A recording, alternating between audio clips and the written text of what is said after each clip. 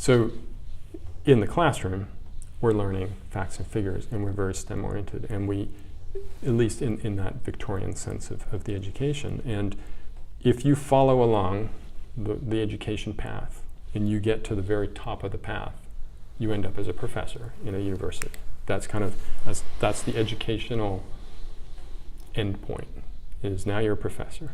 And the trouble is, the ironic trouble is, that professors would like to least be teaching. They would like to least be dealing with education. They would like most to be focusing on their research, which is actually quite a different skill set to the education. It's like it's complete. It's almost totally different. It's very different, and so we do have an odd system for education, and I think one of the very interesting experiences, and again, this is referencing Asia, was my mother was teaching in Bangkok, in Thailand. My parents used to live in Thailand.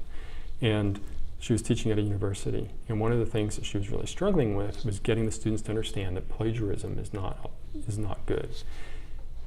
And the reason is because culturally, if you see something that is good, then you take that and incorporate it in your work. That's not plagiarism. That is kind of building essentially on the shoulders of giants. So we do the same thing, it's just that we cite it, right? In our Western tradition, we reference something that someone else has done and we cite that we reference that. And that's how we stand on the shoulders of giants. And they do the same thing, but the citation part wasn't really. And once she understood that it wasn't deliberate plagiarism, it was just the lack of citation, because that wasn't something that they were culturally infused with. Once you start to understand that, you realize that it works. It's just slightly different. But it is what is sometimes referred to as a copy culture, right? You can be very good at taking something and recreating it, but you're not necessarily good at creating something new from that.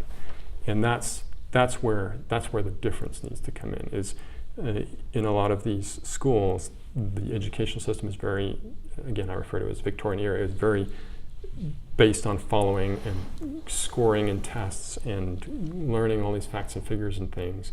And so when you come out at the end, you're very good at repeating stuff. It doesn't necessarily make you good at then coming up with new things.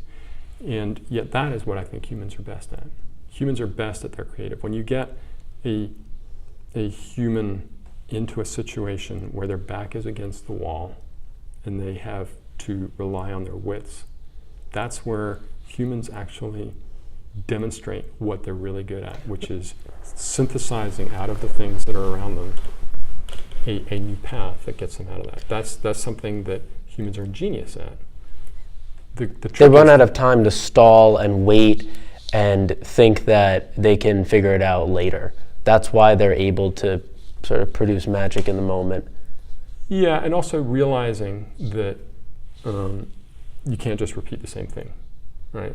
You've got to come up with something new to get out of the situation, to shift the situation. That is where human ingenuity is best served, at figuring out how to combine and do these things. And there's a couple of factors. It's trade. It's drawing upon all the resources that are around you, our ability to trade with each other, and therefore benefit from the things that someone else is making and being able to share, cross-share. So all of these things lead to that same thing of figuring new things out, putting new things in new combinations, and getting in further and further along. That's where humans are really, really shine. The trouble is that this is not, unless you practice it, this is not an easy thing. Being creative is not as easy as we might think, because there is actually discipline to being creative. There's a default of the mind to go back to habits and roteness, which is why that's so easy to teach in schools also. And breaking out of that can feel unnatural. Right. As Stephen King talks about, as an author who's written so many books and been so successful, he talks about having written far, far more than we ever read, because and other authors as well, like David Sedaris and so on, have said, I was never good at writing, but what I was good at was sitting down at the same time every day and putting pen to paper. And that's what that does is it forces you into that kind of creative space of sitting there and doing it. And the trouble is, if we're so wound up with what I consider to be the minutia of emails and meetings and just all the mundane stuff that we as humans, aren't really contributing our intelligence to, but are just kind of going through motions, being a machine. We don't have enough time to really think creatively. We get too bound up doing that. And it would be great if we could find a way, and I think this is part of what great organizations do, is they find a way to make the people be more focused on that creative, pulling things together and solving these big, meaty problems.